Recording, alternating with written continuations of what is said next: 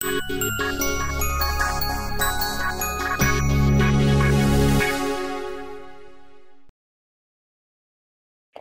à tous, bienvenue déjà dans ce webinaire, merci de nous retrouver. C'est la seconde fois que Ad-Premier organise un webinaire pour VisiShop. Je suis Mathieu Bazac, je travaille en tant que Traffic Manager chez Ad-Premier. Donc j'ai notamment en charge les campagnes AdWords de certains clients VisiShop. Donc Ad-Premier, nous sommes une agence spécialisée dans AdWords et qui est Google Partner et partenaire aussi de VisiShop. Donc c'est, comme je disais, c'est le second webinaire qu'on va faire. Il va durer environ une trentaine de minutes dans le contenu. On laissera le temps pour les questions ensuite. Le premier webinaire, je vous expliquerai tout à l'heure, il était plutôt sur les bases. Là, ce second webinaire, on a décidé de l'axer sur la rentabilité parce qu'on a fait le constat en fait que beaucoup de prospects venaient nous voir directement pour nous expliquer qu'ils n'étaient pas rentables sur AdWords, qu'ils n'arrivent pas à trouver leur rentabilité, qu'ils étaient plutôt perdants. Et en creusant aussi, on s'est rendu compte que finalement, ils ne savaient pas combien leur apportait AdWords précisément, quel a été l'impact vraiment de leur campagne. Donc c'était aussi un problème de configuration avant d'être un problème de rentabilité. Donc on va au cours de ce webinaire, on va étudier toutes les problématiques finalement qui vous gênent sur AdWords et comment on va les dépasser, notamment la mise en place du suivi des conversions, qui est peut-être le point le plus important déjà pour commencer. On va commencer par un petit rappel sur qu'est-ce qu'AdWords. Je ne sais pas si certains d'entre vous ont déjà des campagnes ou si vous êtes plutôt dans l'optique d'en lancer, plutôt intéressé. AdWords, en gros, c'est le système de publicité sur Google. Donc là, on voit, par exemple, une page avec une recherche que vous faites, livraison de fleurs pas chères, par exemple. Il y a plusieurs parties dans une page Google. La première partie en bas, donc, qui est entourée, c'est la partie de référencement naturel. Donc, c'est la partie non payante, puisque vous êtes référencé à partir des mots-clés qu'il peut y avoir sur votre site, de la vitesse de votre page, etc. Et tout ce qui se situe en haut, à la fois les liens et le shopping, fait partie de ce qu'on appelle Google AdWords, donc qui est le référencement payant. À noter sur cette page, on voit une nouveauté. Jusqu'à présent, Google présentait seulement 3 liens sur le haut de la page. Là, c'est un exemple où il commence à présenter 4 liens. Donc ça montre la volonté de Google de mettre de plus en plus en avant ses publicités et le fait que AdWords devienne de plus en plus important par rapport au référencement naturel. Parce que les liens naturels, évidemment, deviennent moins visibles à force d'ajouter des publicités au-dessus. Donc, comme je vous le disais tout à l'heure, le premier webinaire était axé plutôt sur les différentes campagnes qu'on peut mettre en place sur AdWords et qui sont notamment adaptées à VisiShop et aux VisiShopiens. Donc, on avait, vous pourrez aller voir, hein, vous référencer dessus, les campagnes de Google Shopping, donc avec les images et les prix, les campagnes sur le réseau de recherche, donc les liens, des campagnes dynamiques aussi sur le réseau de recherche. En gros, c'est des campagnes qui se font automatiquement en fonction du contenu de votre site. Et tout ce qui est campagne remarketing, on verra tout à l'heure un petit peu en quoi elle consiste. Et donc, sur ce webinaire, nous, on a décidé de prendre une autre direction. Et donc, on va lancer ceci.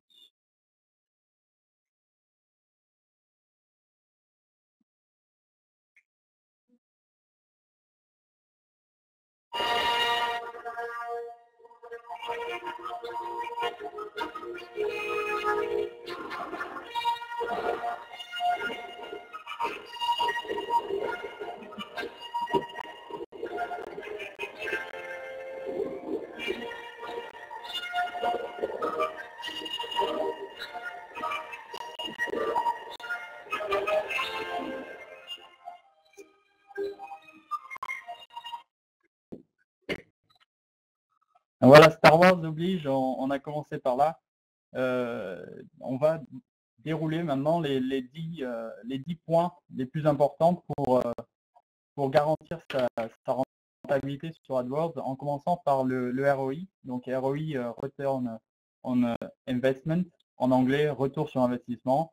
La première étape, vraiment, pour savoir si vous êtes rentable ou non sur AdWords, c'est déjà de savoir quel est votre ROI et jusqu'à combien vous pouvez vous dépenser en AdWords tout en restant rentable.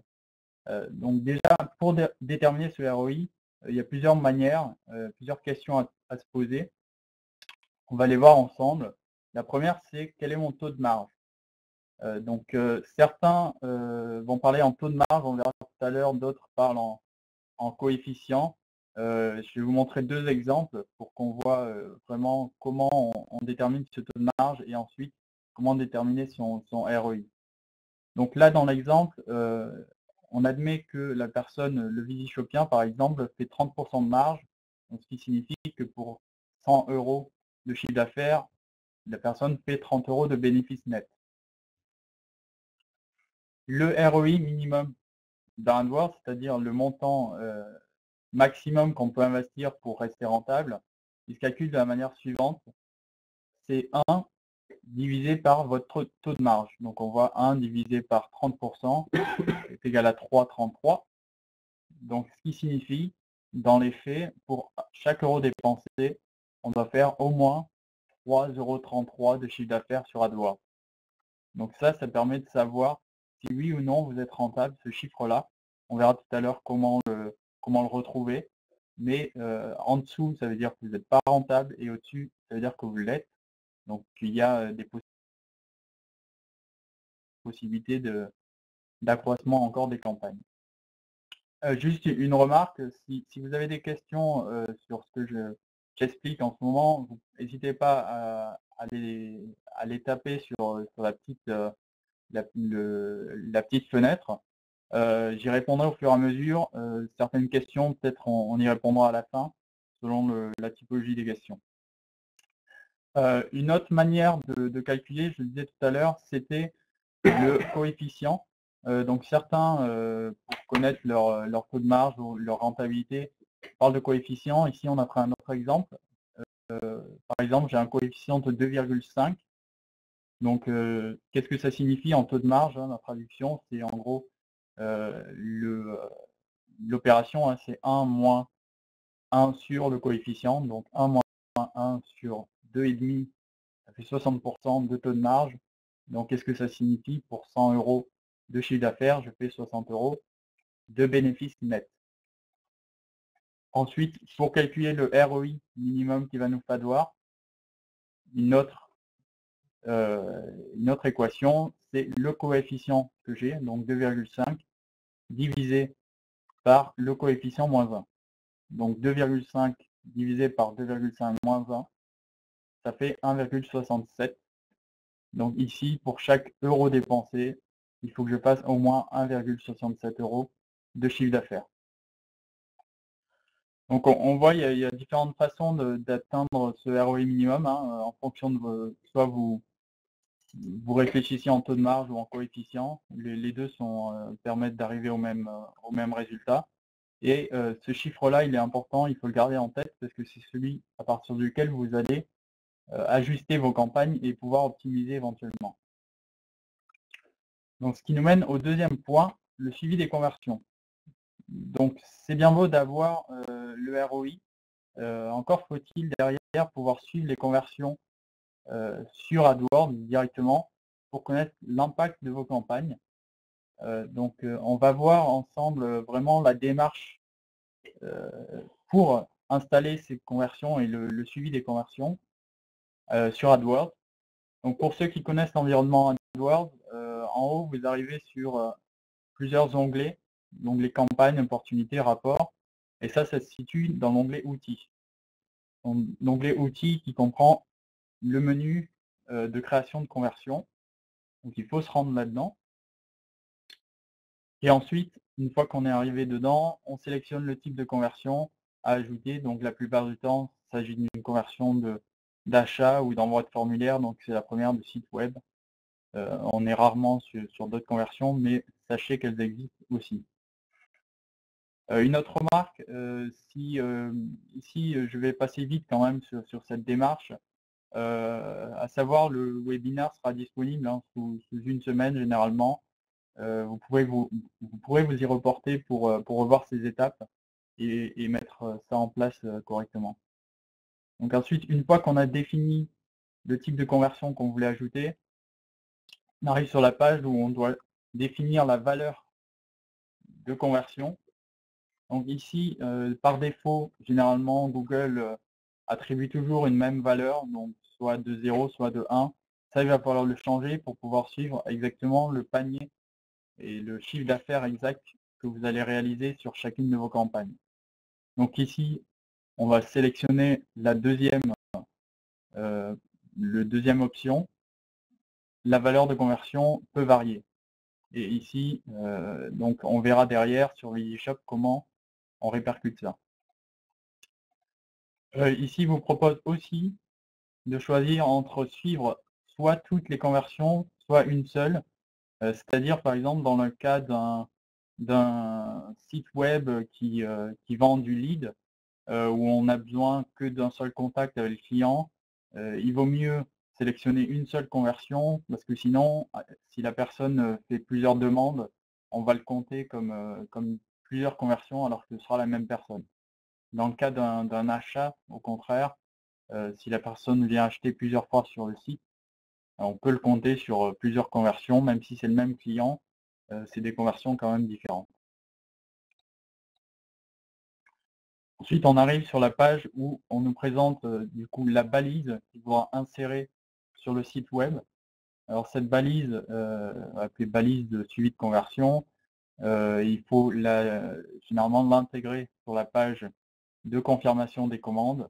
On verra sur VisiShop après dans l'environnement comment on l'intègre facilement. C'est plus simple que ça ne m'y paraît. Et ici, une fois qu'on valide, on obtient, vous voyez, la conversion qui s'est ajoutée dans le menu des conversions dans l'environnement AdWords. Donc là, du coup, on va basculer chez VisiShop. On a copié, je rappelle, cette balise, la balise de conversion. Et on va venir dans le menu configuration et on va ouvrir la configuration des scripts externes. Donc vous reconnaissez sans doute l'environnement VisiShop. Et on va se rendre dans les scripts libres. C'est là où on va créer un script et ajouter la balise de suivi de conversion. Donc voilà comment ça se présente. Quand vous ouvrez les scripts libres, ça c'est vide. Vous allez ajouter un nouveau script. Donc sur le bouton orange du haut, on crée un nouveau script. Et dans la case qui sera vide, le contenu du script, vous allez coller le script que vous avez copié. Donc là, je vous ai mis un exemple, c'est déjà collé. Deux choses à ne pas oublier. La première, c'est de sélectionner la bonne page. Ici, on va sélectionner seulement les pages de confirmation de commande, parce que sinon, si vous le placez sur, par exemple, l'ensemble des pages du site, à chaque fois qu'il y a une valeur qui va s'afficher, Google AdWords est susceptible de le faire remonter et vous allez suivre plus que les conversions, vous allez sûrement suivre d'autres éléments et ça va fausser complètement les données. Deuxième point important à suivre, c'est de remplacer la valeur. Tout à l'heure, on a dit qu'on remplaçait la valeur de façon variable puisqu'on ne voulait pas une valeur fixe. Et par définition, chacun des paniers sont généralement différents. Donc on va venir remplacer la valeur 1. Alors ici en bas, vous avez une copie d'écran de la ligne 9 qui a été changée.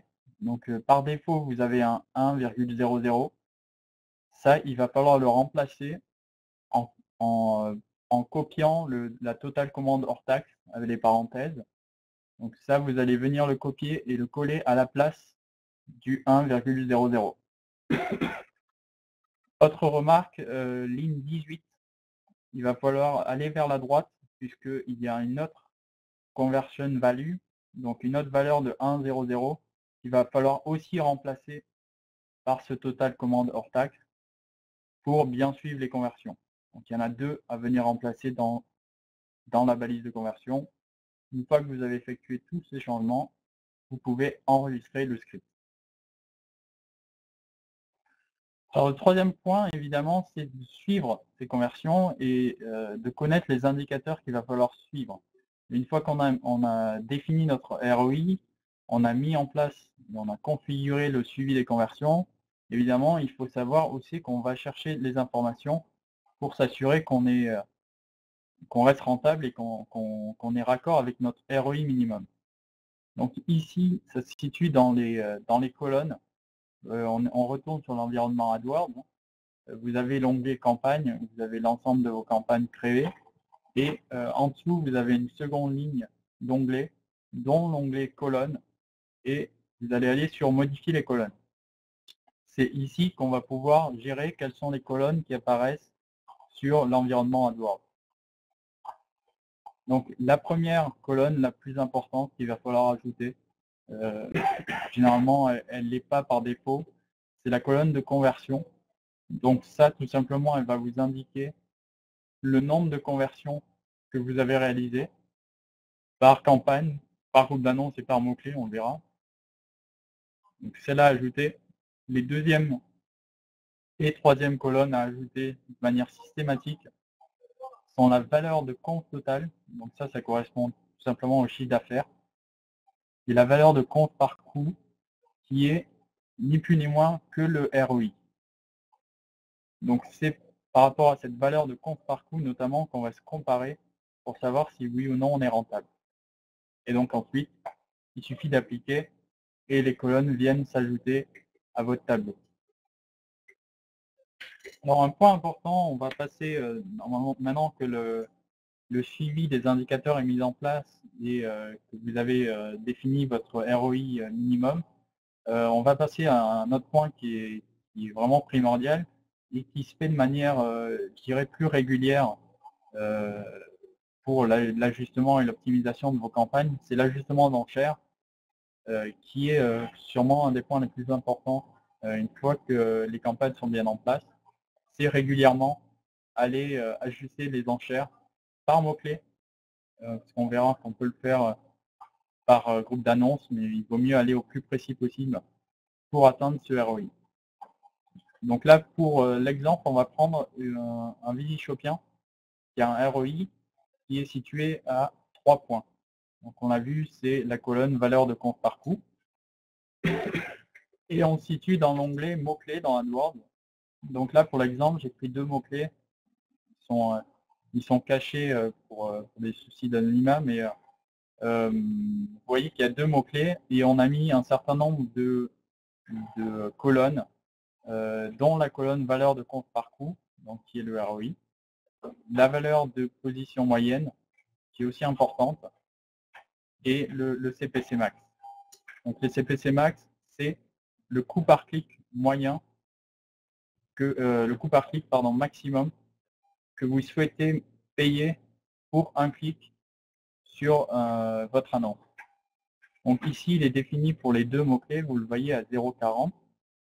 Donc c'est ces valeurs qu'il va falloir ajuster au fil du temps pour optimiser son compte AdWords.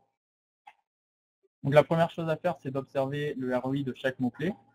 On voit que le premier mot-clé, par exemple, a un ROI de 6,87, donc plutôt élevé, alors que le second a un ROI de 0. Donc ça veut dire qu'il y a eu 0 conversion et 0 chiffre d'affaires sur ce mot-clé-là. Donc la deuxième chose à faire aussi, c'est d'observer la position moyenne de chaque mot-clé. La position moyenne, ça veut dire à quelle position moyenne mon annonce va être placée dans la page de Google. Donc là, le premier mot-clé, quand il déclenche une annonce, l'annonce est en moyenne en 2,7, donc entre 2 et 3. Et le deuxième mot-clé, l'annonce est plutôt en position 2 en moyenne sur la page de Google. Donc on voit clairement que le premier mot-clé est placé plus bas que le second en position.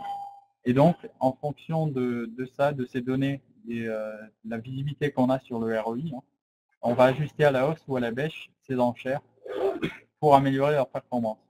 Donc là, clairement, la première chose à faire, ce qu'on voit, c'est que on va baisser l'enchère du deuxième mot-clé, puisque aujourd'hui il ne rapporte rien.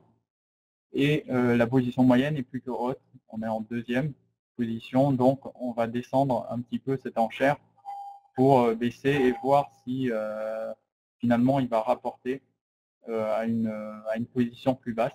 Aujourd'hui, ça ne fonctionne pas bien. Dans le même temps, en parallèle, l'idée, ça va être, vous le comprenez, d'augmenter l'enchère, donc le CPC max, du premier mot-clé pour faire remonter l'annonce encore plus haut que 2,7, puisqu'aujourd'hui, son ROI est vraiment supérieur à 3, hein, on est à 6,87, pour que l'annonce soit plus visible et du coup améliorer la rentabilité éventuellement sur ce mot-clé, aller chercher encore plus de trafic, puisque on voit que c'est un mot-clé qui fonctionne bien. Alors, un petit point sur des ajustements supplémentaires qui sont permis sur Google, au-delà des ajustements qu'on vient de voir, qui doivent être faits de manière régulière. Il y a des ajustements qu'on peut faire de manière un peu moins régulière, mais de façon plus écartée dans le temps, au minimum. La première chose, c'est les ajustements par région. Donc, en fonction de la position géographique de l'internaute, on peut voir qu'il y a des différences entre les performances de nos mots-clés et des campagnes. Donc, il est utile d'aller voir ces indicateurs pour pouvoir, là je vous montre un exemple, ajuster les enchères à la hausse ou à la baisse en fonction de la région. Donc on voit certaines régions performent mieux que d'autres. Parfois le coût pour chaque conversion est plus fort. Donc on va baisser les enchères pour les régions pour lesquelles le coût par conversion est élevé.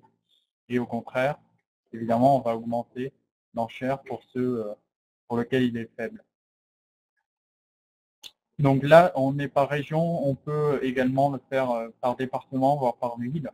Donc le niveau de granularité est très fort et on peut ajuster au fur et à mesure très précisément les enchères en fonction de différents indicateurs. À noter un point important quand même, c'est que ces décisions, il faut les prendre avec un minimum de données. Ce n'est pas quelque chose qu'on va modifier au bout de 2-3 clics sur une annonce. Il faut quand même que ce soit représentatif. Donc, un bon chiffre, généralement, qu'on prend, c'est une centaine de clics pour pouvoir prendre des décisions qui sont basées sur des données représentatives.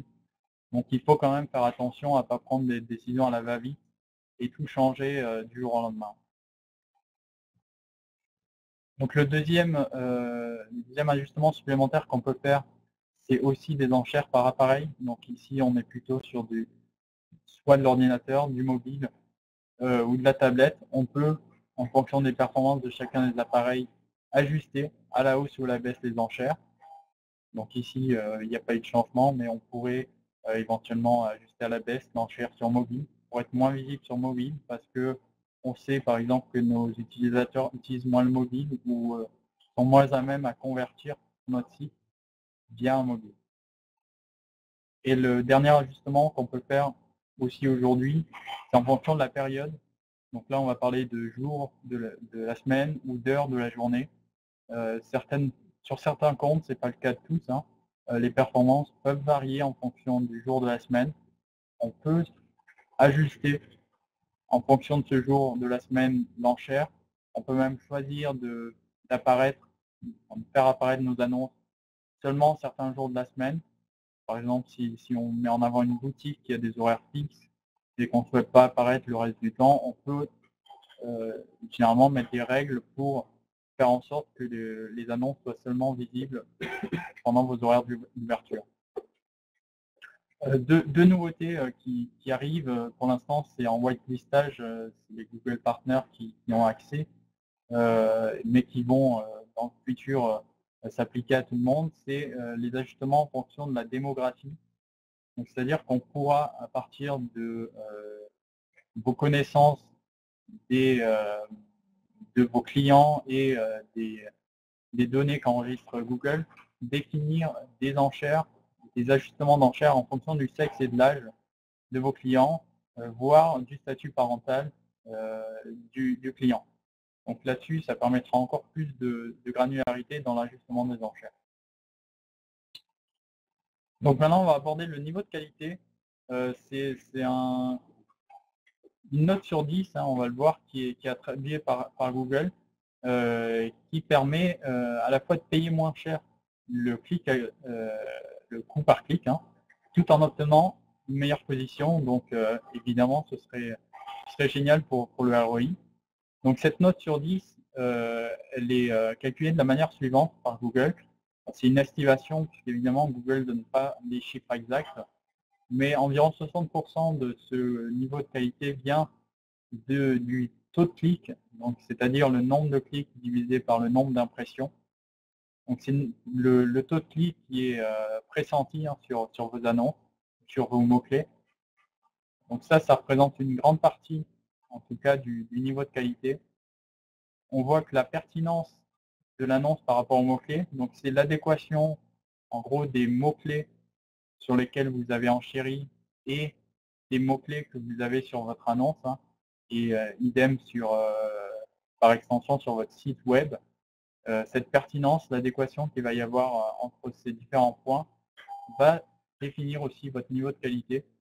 Et enfin, il y a une partie, environ 10%, qui est attribuée à la landing page, c'est-à-dire la page d'atterrissage vers laquelle votre annonce renvoie. Donc cette page d'atterrissage, c'est pour ça qu'il est important aussi que le site soit bien fait, qu'il soit bien référencé et qu'il comporte les bons mots-clés que vous pouvez identifier notamment via AdWords.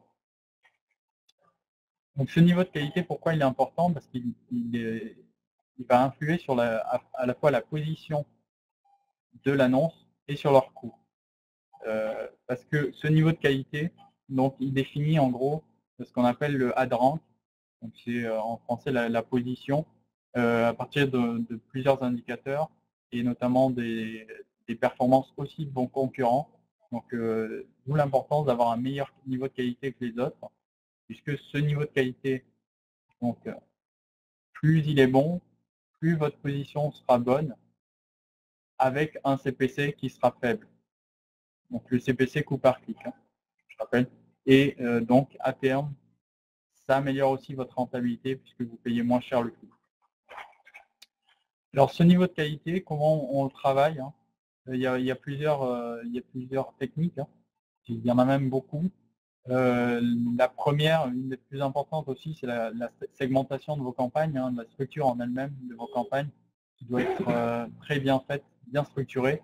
On a pris un exemple d'une société avec les différents niveaux qui existent sur AdWords. La société, on va dire qu'elle vend des pantalons et des chemises. Donc déjà, la première segmentation à faire, c'est par produit, hein. On va séparer à la fois les pantalons, on va les mettre d'un côté et les chemises de l'autre. Donc tout ça, ça va aider à l'adéquation entre vos mots-clés et vos annonces. D'un côté, on va vraiment traiter les pantalons, de l'autre, on va traiter les chemises, on ne va pas faire de mélange.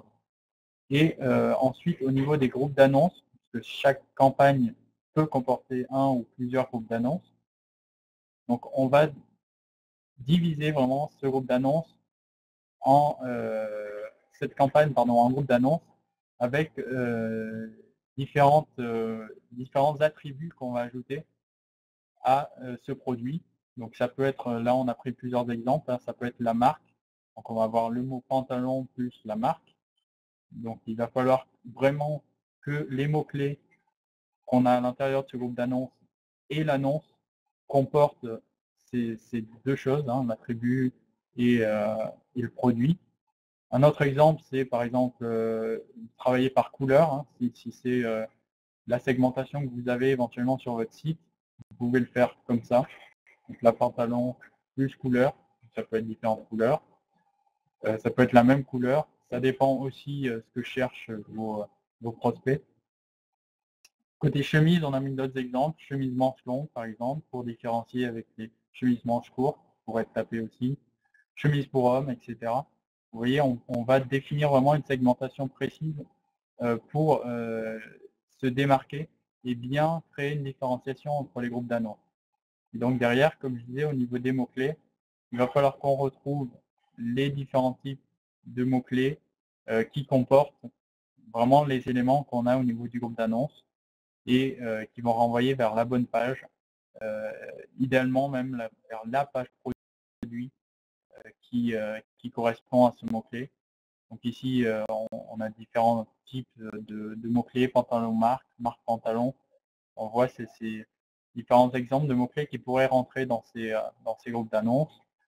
Pareil, pantalon couleur, on a différents mots-clés qui pourraient déclencher les annonces de ce groupe d'annonces. Chemise, etc. Vous voyez, ça c'est très important, cette segmentation, qui va permettre d'améliorer le niveau de qualité et évidemment de structurer comme il faut votre campagne. Ce sera beaucoup plus simple aussi à gérer de votre côté. Alors les annonces, évidemment, il faut qu'elles soient optimisées. L'annonce de base, c'est celle que vous voyez là sur l'écran, où on a juste une ligne et une ligne de deux lignes de description avec une ligne qui est ici au niveau du titre. Mais on peut ajouter évidemment beaucoup de choses. On peut ajouter notamment des balises dynamiques. Donc la balise keyword, par exemple, va remplacer une partie de la requête de l'internaute dans votre annonce. La balise compte à rebours va permettre de créer des comptes à rebours directement sur vos annonces aussi. Ça, c'est plutôt utile si vous avez des ventes qui s'arrêtent à une certaine heure chaque jour ou une opération commerciale, par exemple, qui est définie jusqu'à une date précise. Les extensions d'annonces, donc on verra tout à l'heure dans la slide suivante en quoi elles consistent. Reformuler les annonces, les rendre vraiment percutantes, utiliser des mots qui appellent à l'action. Ça, c'est très important aussi, parce que ça va permettre d'améliorer votre taux de clic. Et on l'a vu tout à l'heure, le taux de clic vient dans le calcul du niveau de qualité. Donc ça va jouer aussi sur votre rentabilité. L'A/B testing, ce qu'on appelle l'A/B testing, en gros, c'est de mettre en concurrence plusieurs annonces dans le même groupe d'annonces, donc pour identifier quelle est celle qui performe le mieux. Donc au fur et à mesure, vous allez tester de nouvelles annonces pour faire en sorte que celle qui reste à la fin, même si c'est quelque chose qui finalement peut ne jamais s'arrêter, on peut tester tout le temps, et l'annonce qui marche le mieux et qui est la plus rentable. On va mettre en avant aussi les offres permanentes ou temporaires. On peut le faire via les comptes à rebours, mais évidemment, il faut le faire par exemple pendant les soldes. Ça va être des messages qui indiquent le pourcentage de remise, etc. jusqu'à telle date. L'adéquation entre les requêtes, les mots-clés, l'annonce et la page de destination, c'est ce que je disais tout à l'heure. Hein.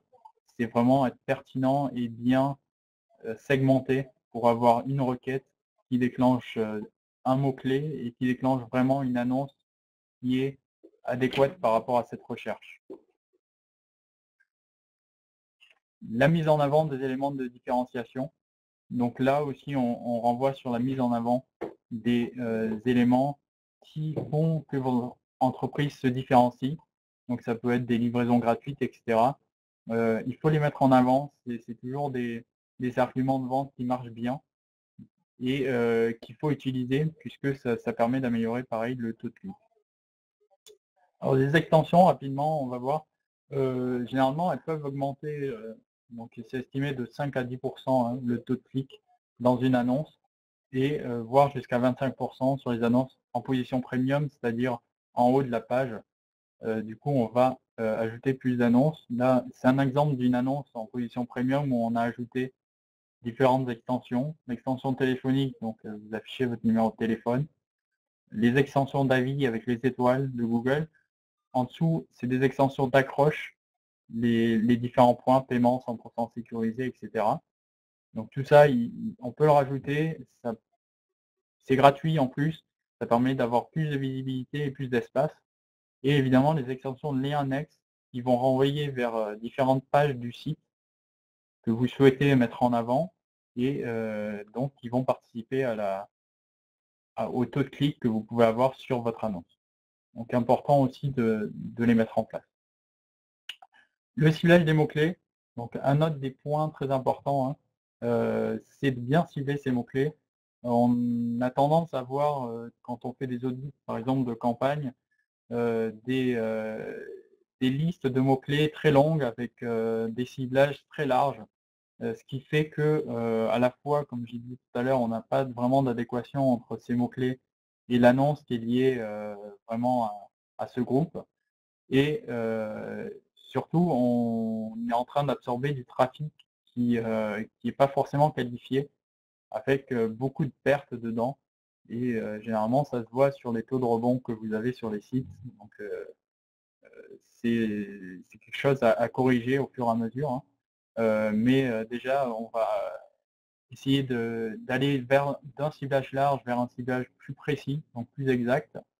Donc on va améliorer au fur et à mesure, hein, ce ciblage pour, améliorer le coût par conversion, hein, et la rentabilité. On va développer ce qui s'appelle la longue traîne. C'est les mots-clés, qui sont très ciblés. Ça va être des mots-clés qui comprennent, 3, 4, 5, voire plus, mots, qu'on n'avait pas forcément pris en compte dès le début parce que, on sait qu'il y a 20 à 30 des requêtes qui n'ont jamais été tapées sur internet, hein. Il y a énormément de nouveautés.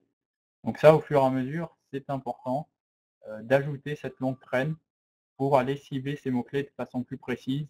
Ça permet d'améliorer l'adéquation et le niveau de qualité. Et un autre point important, c'est l'exclusion des mots-clés non pertinents. Donc j'ai dit tout à l'heure, quand on a une campagne avec des mots-clés qui ont un ciblage qui est trop large, il est important d'exclure au fur et à mesure les mots-clés qui ne sont pas pertinents, parce que là, vous amenez du trafic qui est pas voulu et donc qui est plutôt polluant et qui vous coûte de l'argent et évidemment, dans la balance. Donc on voit ce ciblage, meilleur sera votre CTR, donc le taux de clic, hein, meilleur sera le quality score, le niveau de qualité, ce qui impactera évidemment le coût par clic et ce qui impactera donc in fine le ROI. Alors un autre point important, c'est la répartition des budgets. Ça effectivement, on le constate plusieurs fois, sur des comptes. On voit que, on a des budgets limités, souvent parce qu'on n'a pas forcément, aussi le budget, ouvert, hein. C'est normal aussi d'avoir un budget limité. Mais, le problème, c'est que des fois, il intervient sur des campagnes qui sont extrêmement rentables, alors que d'autres campagnes qui sont moins, utilisent une partie de ce budget qui pourrait être mieux, alloué. Donc là, pour l'exemple, on a pris, un compte pour lequel, par exemple, le ROI ou c'est la colonne donc de valeur de compte par coût est de 7 points. Donc ça, c'est notre objectif, hein. On voit en dessous, on a 2 campagnes. La première donc, sur les machines et appareils avec un ROI qui est à 7,64, donc qui est au-dessus de l'objectif. Donc là, ça veut dire qu'on est rentable. Et sur la deuxième, on voit qu'on est en dessous de l'objectif, on est à seulement 3,65 et dans les 2 cas, on est limité par le budget. Donc l'idée, vous comprenez, c'est soit de réallouer les, budgets, donc on peut éventuellement passer une partie du budget de rouleaux sachets-sacs vers la campagne machine appareil, hein. Donc on va, réajuster le budget en donnant le plus de budget aux campagnes qui sont plus rentables et on peut aussi, via la petite icône que vous avez à droite de limiter par le budget, Google vous donne un aperçu du volume potentiel que vous pouvez avoir. Donc là, vous voyez en dessous ce que ça affiche, hein. Aujourd'hui, actuellement, on est à 40 € par jour sur cette campagne-là et il nous propose de monter jusqu'à 76 € par jour. Donc ce qui montre qu'il y a une demande qui est beaucoup plus forte. Ça, évidemment, si le budget le permet, c'est très intéressant d'ouvrir, hein, ce budget, parce que, ça permet d'aller chercher davantage de trafic. Évidemment, il faut contrôler que la rentabilité se maintienne pour ce budget, mais généralement quand on reste au-dessus du ROI, cible, ça permet d'aller chercher plus de chiffre d'affaires avec un ROI qui reste acceptable. Donc d'autres campagnes, importantes dans la garantie de la rentabilité, c'est les campagnes de remarketing. Parce qu'aujourd'hui, souvent, les clients mettent du temps, hein, pour faire leur achat, pour choisir. Le parcours d'achat est plutôt long, ils passent par différents sites. Donc, à partir du moment où ils sont passés par notre site, il est important d'aller les retoucher pour leur rappeler qu'ils sont venus chez vous, qu'ils ont vu tel ou tel produit éventuellement, et le taux de transformation derrière est amélioré. Donc il y a différentes sortes de remarketing. Le remarketing qui se fait en display, c'est-à-dire une personne est passée sur votre site web, on va lui ajouter un cookie, en gros via une balise, et du coup vos annonces pourront être diffusées ensuite sous forme de bannière sur d'autres sites web, donc des sites web tiers, où vous allez apparaître et vous allez pouvoir le ramener s'il n'a pas converti auparavant sur votre site pour qu'il le fasse. Il y a aussi le remarketing dynamique. Donc là, ça nécessite l'association avec le compte Google Merchant Center. Ça peut se faire aussi via VisiShop. Donc ici, les personnes sont venues voir des articles en particulier sur votre site et ça va permettre de les retrouver exactement et de les afficher sur notre site. Donc la personne est venue voir un t-shirt par exemple, elle a quitté votre site sans convertir, elle va partir, elle va aller sur notre site web et on va lui afficher une bannière avec le t-shirt qu'elle est venue voir, le prix, etc. pour la faire venir convertir. Et un autre type de remarketing, c'est un remarketing de recherche qui est assez nouveau, donc qui permet d'aller ajuster l'enchère en fonction d'une personne, si elle est venue ou pas sur votre site. Donc, par exemple, une personne fait une recherche sur un site, elle vient via une de vos annonces, elle atterrit sur votre site, elle repart sur Google pour refaire une recherche qui est similaire à celle-ci. Et là, au lieu d'apparaître de façon normale sur cette requête, vous allez apparaître encore plus haut parce que vous avez ajusté une enchère à la hausse en fonction du fait qu'elle est venue déjà sur votre site. Donc vous êtes encore plus visible et elle va aller tendance à cliquer donc davantage dessus. Et en fait, une nouveauté qui est très récente aussi, c'est le reciblage sur Google Shopping, donc les annonces avec les images. Donc là-dessus, de la même façon, on va pouvoir augmenter ou éventuellement diminuer, hein, les enchères en fonction du fait que les personnes sont oui ou non des personnes qui sont venues sur votre site. La concurrence. Un point important, c'est une nouveauté qui était en whitelistage, qui est maintenant ouverte. C'est les campagnes dites GSP qui se basent en fait sur la boîte de messagerie Gmail, donc qui est la messagerie numéro 1 dans le monde. Ça permet d'afficher vos annonces, des annonces de type Gmail, directement dans la boîte de réception de vos prospects, avec différents critères de ciblage, dont l'un des ciblages, et c'est pour ça qu'on parle de ciblage des concurrents, l'un des ciblages, c'est de pouvoir ajouter des URL, des noms de domaine de vos concurrents. Donc, ce qui signifie que, par exemple, une personne qui va recevoir une newsletter qui porte le nom de domaine d'un concurrent est susceptible de voir dans son Gmail s'afficher votre annonce. Donc là, on va vraiment chercher à la source, hein, la personne qui peut-être éventuellement reçoit des newsletters, qui éventuellement n'a pas fait sa décision d'achat encore. Donc derrière, on peut aller la cibler avant qu'elle fasse cet achat pour la faire venir sur votre boutique. Et enfin, on va voir rapidement au-delà d'AdWords, hein, parce qu'il n'y a pas seulement AdWords, il y a d'autres moteurs de recherche. Il y a notamment Bing en France, qui est beaucoup plus lourd aux États-Unis. En France, on est entre 5 et 10% des recherches, ce qui est quand même intéressant puisque la concurrence est quand même plus faible et les coûts du coup sont plus limités. Donc se lancer aussi sur Bing, ça reste intéressant. Ils viennent de lancer, là, en ce début d'année, le Bing Shopping, donc l'équivalent de Google Shopping. C'était pas disponible avant, maintenant ça l'est. On peut faire des annonces shopping, donc des annonces avec les images et les prix sur Bing. Et autre chose qui a été mise en place, notamment par VisiShop, à notre demande, c'est les annonces sur Facebook, donc et les annonces de remarketing dynamique sur Facebook. Donc on va aller, faire du remarketing, pareil, sur le fil d'actualité des personnes qui sont passées par votre site et notamment, on va pouvoir aussi leur montrer les produits qu'elles sont venues voir sur votre site, vraiment au cœur de Facebook, donc ce qui n'est pas possible, normalement via, le réseau, Google. Alors voilà, on a vu l'ensemble des points, des 10 points qui permettent d'améliorer la rentabilité sur AdWords. Est-ce qu'il y a des questions par rapport, à la présentation ou de manière plus large? Alors je vois que Guillaume et Bérangère sont en train d'écrire.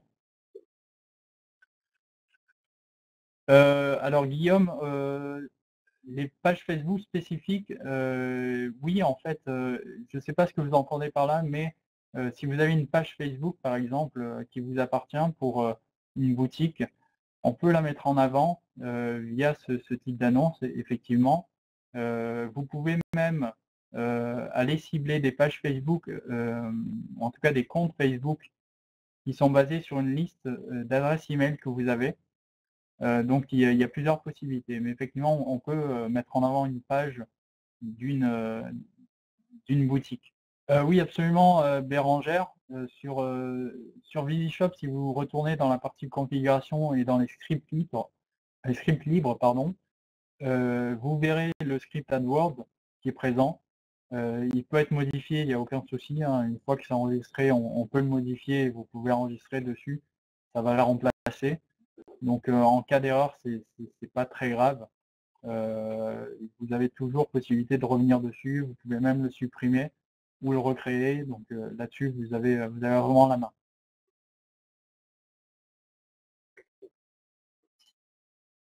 Alors je vois que Mathias est en train d'écrire.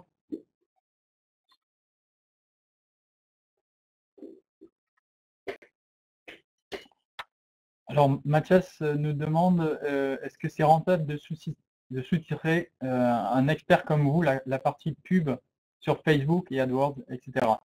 Alors, oui, enfin j'en veux pour preuve, hein, les différents clients, notamment VisiShop, hein, qui travaillent avec nous.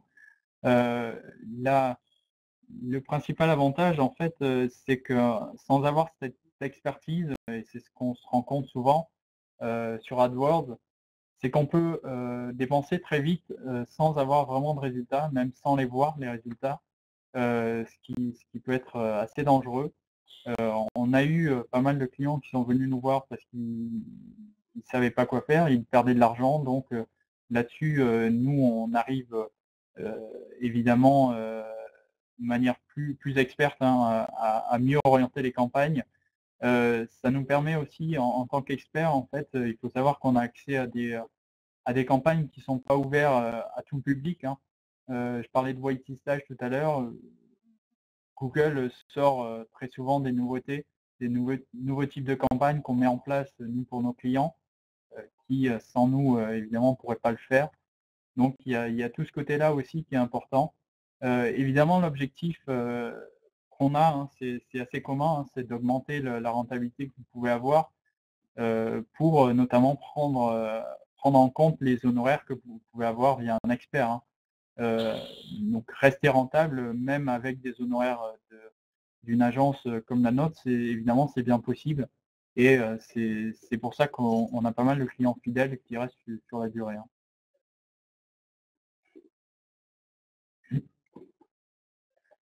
Oui, absolument, Guillaume, demande si on peut vous aider, pour le ciblage des mots-clés. Ça fait partie, hein, du travail, qui nous incombe là-dessus. En gros, les campagnes, de toute façon, on prend tout en charge, hein, généralement.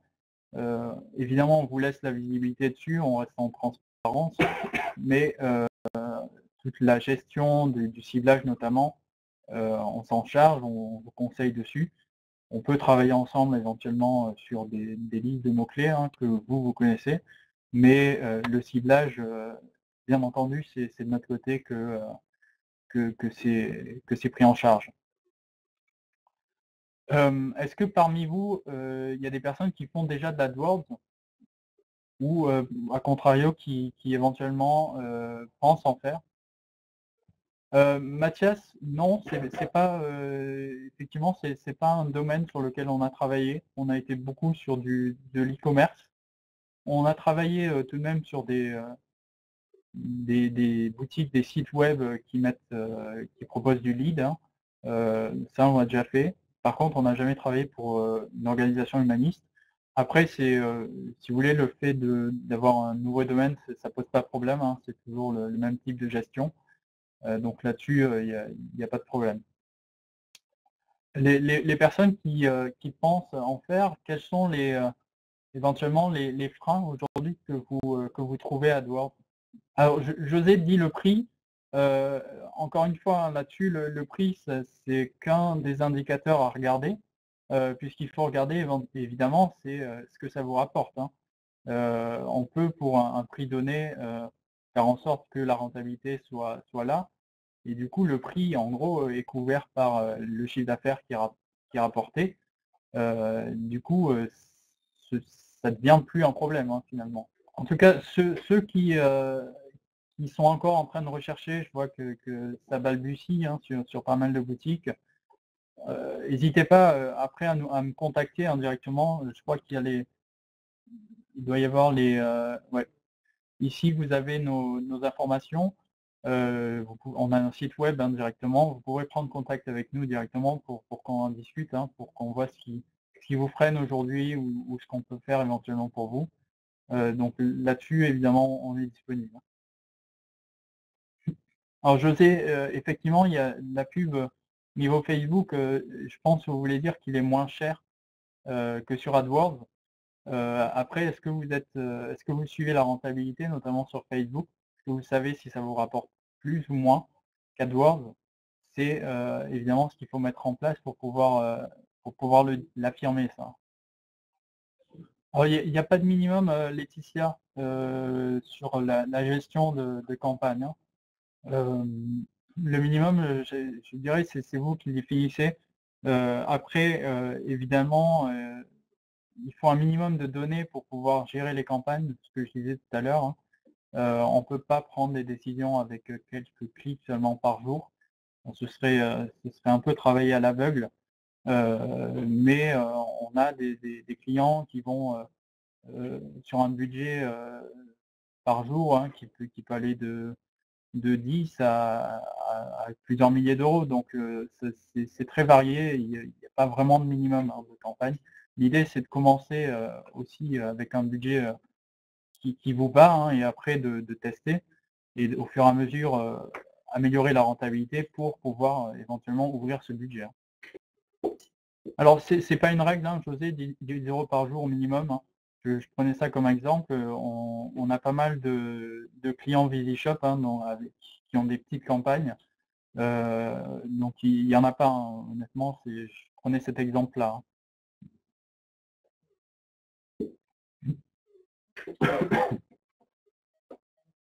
Ah oui, effectivement, la rentabilité peut être encore meilleure sur Facebook, nous dit Johnny. C'est vrai, il y a moins de concurrence aussi que sur AdWords. Par contre, on va être restreint quand même au niveau de la cible, hein, puisque vous avez seulement les utilisateurs Facebook.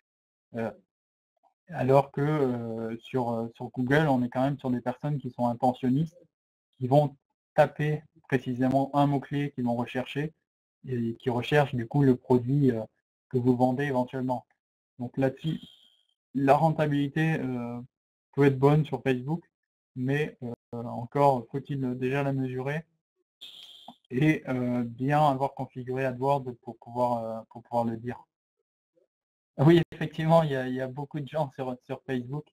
Mais le point étant que effectivement, c'est pas des personnes qui ont recherché vraiment votre produit auprès desquelles que vous allez afficher vos annonces. Ici, on est sur des gens qui utilisent un réseau social, donc ils vont voir votre annonce, ils vont cliquer ou pas dessus, mais qui n'ont pas vraiment recherché précisément votre produit. Et effectivement, José, ça c'est quelque chose qu'on peut discuter si vous voulez ensemble le budget, hein. Ouais, l'idée, José, c'est effectivement de ne pas dépenser pour rien, hein. De toute façon, on peut commencer avec des petits budgets et et après, une fois que la rentabilité est là, éventuellement pousser, hein, si vous souhaitez le faire.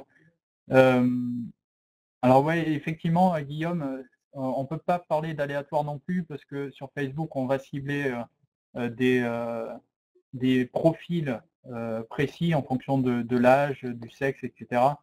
Donc c'est moins de l'aléatoire, mais on est sur, une campagne, dite de display où on va afficher des bannières sur des gens qui sont susceptibles de cliquer dessus et d'être intéressés.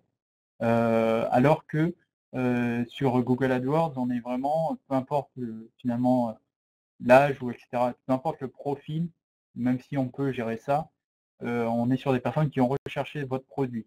Donc, normalement, le taux de clic sur les annonces est supérieur évidemment à celui de Facebook. Par contre, si on fait du remarketing, là c'est ce que je touchais tout à l'heure, hein, je parlais pas de display mais de remarketing sur Facebook, allez toucher vraiment les personnes qui sont passées par votre site sur Facebook. Là, on se rend compte qu'effectivement, nous, on trouve pas mal de rentabilité, et notamment presque aussi bonne que sur AdWords. Alors Mathias, ces questions-là, je vous propose qu'on les touche en privé, qu'on en discute. Généralement, on travaille sur forfait. Il y a d'autres possibilités, hein, de facturation et de contrat. Donc là-dessus, on peut en discuter ensemble, il y a vraiment aucun souci. Je vois que José est en train d'écrire. Il va bientôt être 11 h, on a un peu dépassé d'ailleurs l'horaire. Donc je vais répondre à. Ok, bon mais très bien. On va mettre fin à ce webinaire. N'hésitez pas à nous envoyer vos questions, hein, par mail ou par téléphone, nous appeler. Je vous remercie à tous de nous avoir suivis. Et bonne chance sur AdWords. On sera ravis de travailler avec vous si vous souhaitez vous lancer dans l'aventure. Et donc voilà, merci à tous, merci à Barbara de VisiShop et à la prochaine.